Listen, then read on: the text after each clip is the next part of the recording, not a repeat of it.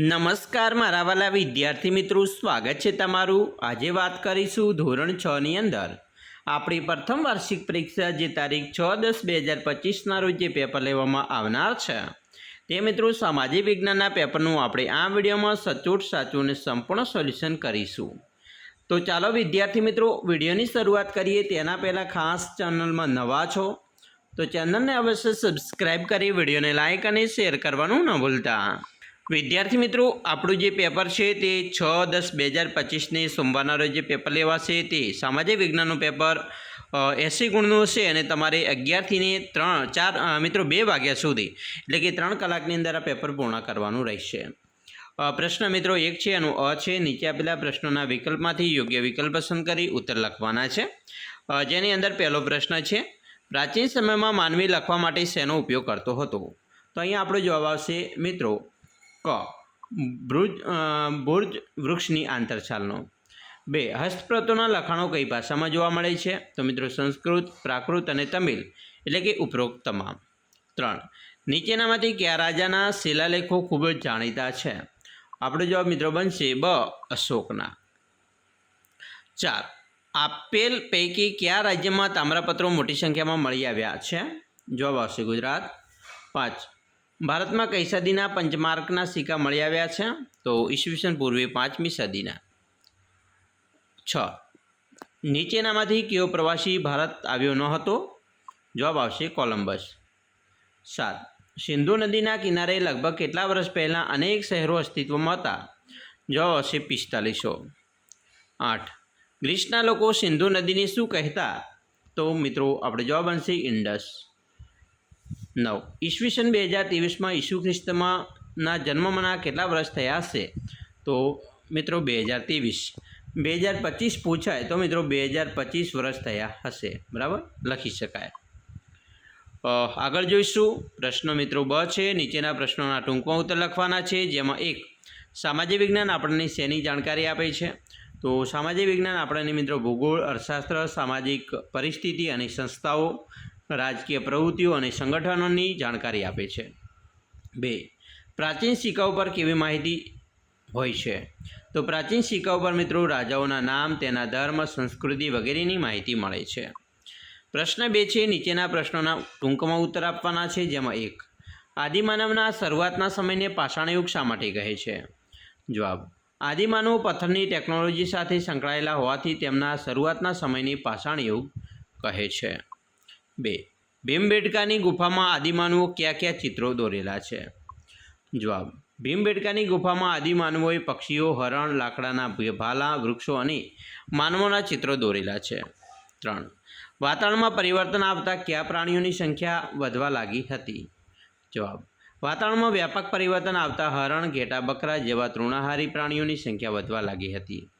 4 પુરાતત્વશાસ્ત્રીઓએ ભારતમાંથી આદિમાનવના વસવાટના કયા કયા સ્થળો શોધી કાઢ્યા છે? તો પુરાતત્વશાસ્ત્રીઓએ ભારતમાંથી આદિમાનવોના વસવાટના બુર્જહોમ, ગુફકાલ, ઓરંગી, મેહરગઢ, લાંગણાજ, ભીમબેટકા વગેરે સ્થળો શોધી કાઢ્યા છે।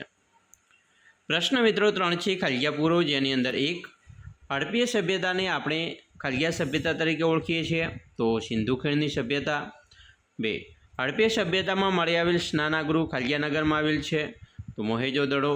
3 લોથલમાંથી ખલગ્યા બનાવવાની ફેક્ટરી મળી આવી છે, તો મણકા। 4 કાલીબંગાન હાલ ખલગ્યા રાજ્યમાં આવેલ છે, તો રાજસ્થાન। 5 સિંધુ ખીણ સભ્યતાના લોકોનો મુખ્ય વ્યવસાય ખલગ્યા હતો, તો ખેતી અને પશુપાલન। 6 હડપ્પીય સભ્યતાના સ્થળો રંગપુર, લોથલ ગુજરાતના ખલગ્યા જિલ્લામાં આવેલ છે, તો અમદાવાદ। 7 ઋગ્વેદમાં ખલગ્યા સૂક્ત છે, તો 1028। પ્રશ્ન મિત્રો 4નો અ છે। બંધબેસતા જોડકા જોડીને ઉત્તર લખો, જેમાં મિત્રો મગધ તો રાજગૃહ, વત્સ કૌશાંબી, વજ્જી તો વૈશાલી, અવંતી તો ઉજ્જૈની અને કૌશલ તો અયોધ્યા। આગળ જોઈશું પ્રશ્ન મિત્રો બ છે। નીચેના પ્રશ્નોના ટૂંકમાં ઉત્તર આપવાના છે, જેમાં 1 નંદવંશ વિશે ટૂંકમાં જણાવો। જવાબ મહાપદ્મનંદ દ્વારા સ્થાપિત નંદવંશ સૌથી શક્તિશાળી વંશ હતો। મહાપદ્મનંદ ભારતનો સૌ પ્રથમ સામ્રાજ્ય નિર્માતા ગણાય છે। તેના સમયમાં મગધ ભારતનું સૌથી શક્તિશાળી રાજ્ય બની ચૂક્યું હતું. સિકંદરના ભારત પરના આક્રમણ સમયે મગધ પર નંદવંશનો ધનનંદ નામનો રાજા શાસન કરતો હતો. બીજો પ્રશ્ન, પ્રાચીન સમયના કોઈપણ 4 ગણ રાજ્યોના નામ. તો મિત્રો, પ્રાચીન સમયના ગણરાજ્યોના નામમાં 1 વૈશાલી, 2 કપિલવસ્તુ, 3 મિથિલા અને 4 કુશિનારા. 3. ગણરાજ્ય અને રાજાશાહી રાજ્ય વ્યવસ્થામાંથી તમને કઈ શાસન વ્યવસ્થા ગમી, શા માટે? જવાબ, મને ગણરાજ્ય વ્યવસ્થા ગમે છે. ગણરાજ્ય વ્યવસ્થામાં મિત્રો રાજાની પસંદગી ચૂંટણી દ્વારા થાય છે, માટે હંમેશા સારા, યોગ્ય અને સક્ષમ શાસકો શાસન કરે છે. આવા શાસકો દ્વારા થતું શાસન પ્રજાહિત, પ્રજા કલ્યાણને લગતું હોય છે અને કોઈ રાજા પોતાની મનમાની કરી શકતો નથી, માટે ગણરાજ્ય વ્યવસ્થા ગમે છે. પ્રશ્ન મિત્રો 5 છે. નીચેના પ્રશ્નોના સવિસ્તર ઉત્તર આપવાના છે, જેમાં 1. પૃથ્વી પોતાની ધરી પર ન ફરે તો શું થાય? જવાબ, જો પૃથ્વી પોતાની ધરી પર ફરતી ન હોય તો તેના બધા ભાગો વારાફરતી સૂર્ય સામે આવતા ન હોત, પરિણામે દિવસ અને રાત ન થાત. પૃથ્વીના જે ભાગ સૂર્યની સામે હોત તેના પર કાયમ માટે દિવસ રહત. પૃથ્વીનો જે ભાગ સૂર્યની વિરુદ્ધ દિશામાં હોત તેના પર કાયમ માટે રાત રહેત. બીજો પ્રશ્ન છે, ટૂંકનોટ લખવાની છે. સૌર પરિવાર. મિત્રો, સૌર પરિવારનું અહીંયા ચિત્ર પણ દોરી શકો છો, જેમાં તમારે ગ્રહ પણ બતાવવાના છે: બુધ, શુક્ર, પૃથ્વી, મંગળ, ગુરુ, શનિ, યુરેનસ અને નેપચ્યુન. અહીંયા તમે જોઈ શકો છો સૂર્યગ્રહો, ઉપગ્રહો, લઘુગ્રહો, ધૂમકેતુઓ, ઉલ્કાઓ વગેરેના સમૂહને સૂર્યમંડળ કે સૌર પરિવાર કહેવામાં આવે છે. સૂર્યમંડળમાં બુધ, શુક્ર, પૃથ્વી, મંગળ, ગુરુ, શનિ, યુરેનસ, નેપચ્યુન એ 8 ગ્રહો આવેલા છે. આ બધામાં મંગળ, બુધ, ગુરુ, શુક્ર અને શનિને પૃથ્વી પરથી નરી આંખે જોઈ શકાય છે, જ્યારે યુરેનસ અને નેપચ્યુનને શક્તિશાળી દૂરબીનથી જોઈ શકાય છે. આ બધા જ ગ્રહો લંબ વર્તુળાકારે સૂર્યની પ્રદક્ષિણા કરે છે. સૂર્યમંડળના બધા જ ઉપગ્રહો ગ્રહોની આસપાસ ફરે છે. પૃથ્વીનો એક ઉપગ્રહ ચંદ્ર છે. ગુરુ, શનિ, યુરેનસ, નેપચ્યુન અને મંગળને 2 કે તેથી વધારે ઉપગ્રહો છે, જ્યારે બુધ અને શુક્રને એકેય ઉપગ્રહ નથી. મંગળ અને ગુરુના ગ્રહ વચ્ચે નાના કદના અસંખ્ય લઘુગ્રહો આવેલા છે. પ્રશ્ન મિત્રો 6. નીચેના પ્રશ્નોના ટૂંકમાં ઉત્તર આપવાના છે, જેમાં 1. આકાશમાં કેટલા નક્ષત્રો છે? જાણીતા નક્ષત્રોના નામ લખો. તો આકાશમાં મિત્રો કુલ 27 નક્ષત્રો આવેલા છે, જેમાં અશ્વિની, રેવતી, વિશાખા, પુનર્વસુ, મૃગશીર્ષ, રોહિણી, પુષ્ય, આદ્રા, સ્વાતિ વગેરે જાણીતા નક્ષત્રો છે. બીજું, પૃથ્વીની વાર્ષિક ગતિ એટલે શું? પૃથ્વી સૂર્યની આસપાસ 365 દિવસ અને 6 કલાકમાં એક પરિક્રમા પૂરી કરી છે. પૃથ્વીની આ પરિક્રમણ, કક્ષાભ્રમણ અને ગતિની વાર્ષિક ગતિ કહે છે. પ્રશ્ન 7નો આ છે, એક વર્તુળ દોરી તેમાં નીચે મુજબના અક્ષાંશ વૃત્તો યોગ્ય સ્થાને દર્શાવો. અહીંયા તમે જોઈ શકો છો મિત્રો, આપણે એક વર્તુળ દોરેલ છે, જેની અંદર તમે જોઈ શકો છો 0° સેલ્સિયસમાં વિષુવવૃત્ત મિત્રો આવશે. એની ઉપર 23.5° ઉત્તર અક્ષાંશમાં જઈએ તો કર્કવૃત્ત આવશે. 23.5° દક્ષિણ અક્ષાંશમાં જઈએ તો મકરવૃત્ત આવશે. એના પછી મિત્રો ઉત્તરમાં જઈએ 66.5°નો ખૂણો ઉત્તર ધ્રુવવૃત્ત અને 66.5° દક્ષિણ અક્ષાંશમાં દક્ષિણ ધ્રુવવૃત્ત આવેલા છે. આગળ જોઈશું મિત્રો, ફક્ત પ્રજ્ઞાચક્ષુ વિદ્યાર્થી માટે આકૃતિ મિત્રો ન હોય એટલે માટે આપણે અહીંયા જોડકા સ્વરૂપે પૂછેલા છે પ્રશ્ન, જેમ કે 0 અક્ષાંશ તો વિષુવવૃત્ત, 23.5 ઉત્તર અક્ષાંશ તો કર્કવૃત્ત, 66.5 દક્ષિણ અક્ષાંશ તો દક્ષિણ ધ્રુવવૃત્ત, 23.5 દક્ષિણ અક્ષાંશ તો મકરવૃત્ત અને 66.5° ઉત્તર અક્ષાંશ તો ઉત્તર ધ્રુવવૃત્ત આવેલા છે. આગળ જોઈશું છે, નીચેના વિધાન ખરા છે કે ખોટા તે જણાવો. જેમાં 1. પૃથ્વીની સપાટીનો આશરે 29% ભાગ જલાવરણ ધરાવે છે, તો ખોટું વિધાન. 2. મહાસાગરો આપણા જળમાર્ગો બન્યા છે, સાચું વિધાન. 3. વાતાવરણમાં કાર્બન ડાયોક્સાઇડનું પ્રમાણ લગભગ 0.03% છે, સાચું વિધાન. 4. કુદરતી પોષક કડી જોખમાય એટલે જીવાવરણને નુકસાન થાય, સાચું વિધાન. 5. વાતાવરણમાં ઓક્સિજન આશરે 160 કિલોમીટરની ઊંચાઈ સુધી હોય છે, ખોટું વિધાન. પ્રશ્ન 8 છે, નીચેના પ્રશ્નોના મુદ્દાસર ઉત્તર આપવાના છે, જેમાં 1. ભારત બિનસાંપ્રદાયિક દેશ છે, વિધાન સમજાવો. મિત્રો, ભારતના બંધારણને દેશના તમામ નાગરિકોની ધાર્મિક સ્વાતંત્ર્યતાનો મૂળભૂત હક આપ્યો છે. આ હક દ્વારા ભારતમાં ધર્મ, જાતિ, પંથના ભેદભાવ વિના બધા જ નાગરિકોને સમાન અધિકારો આપવામાં આવ્યા છે. ભારત સરકાર કોઈ પંથ કે ધર્મની વરેલ નથી. રાજ્ય બધા ધર્મોને સમાન ગણે છે. રાજ્યની નજરમાં ધર્મને કારણે કોઈ ઊંચું કે નીચું પણ નથી. ભારતમાં દરેક નાગરિકોને ધર્મ પાળવાની છૂટ છે. ભારત સરકાર ધાર્મિક બાબતોમાં નિષ્પક્ષ અને તટસ્થ છે. ભારતના બંધારણમાં સર્વધર્મ સમદ્રષ્ટિ અને સર્વધર્મ સંભાવનો સિદ્ધાંત સ્વીકારવામાં આવ્યો છે. આથી કહી શકાય કે ભારત એ બિન સાંપ્રદાયિક દેશ છે. બીજો પ્રશ્ન છે, વિવિધતામાં એકતા આપણા દેશની વિશેષતા છે, વિધાન સમજાવો. મિત્રો, જવાબ લખી શકાય કે ભારત એક ઉપખંડ જેવી વિવિધતા ધરાવે છે.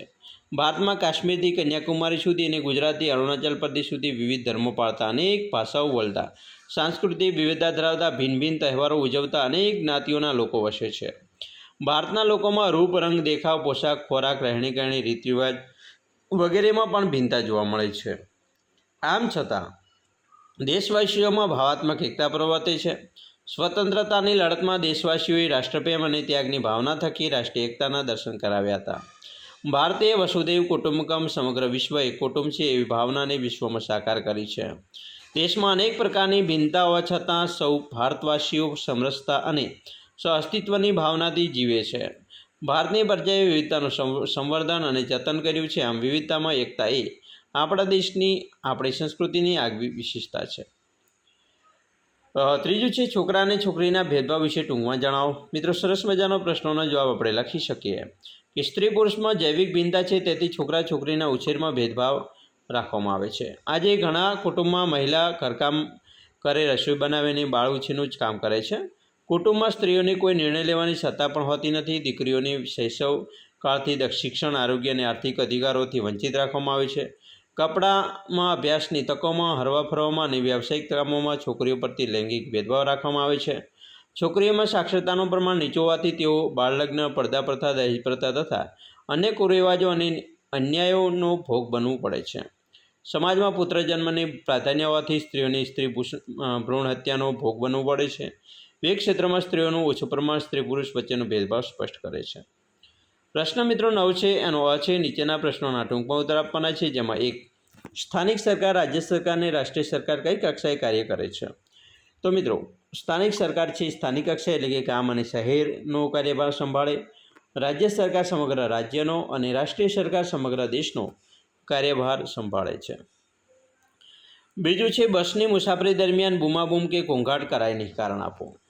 જવાબ: બસમાં મુસાફરી દરમિયાન બૂમાબૂમ કે ઘોંઘાટ કરવાથી ડ્રાઈવર વિચલિત થઈ જાય છે અને પાછળથી આવતા વાહનોના હોર્નનો અવાજ ડ્રાઈવરને સંભળાતો નથી, જેનાથી અકસ્માત થવાની સંભાવના વધી જાય છે.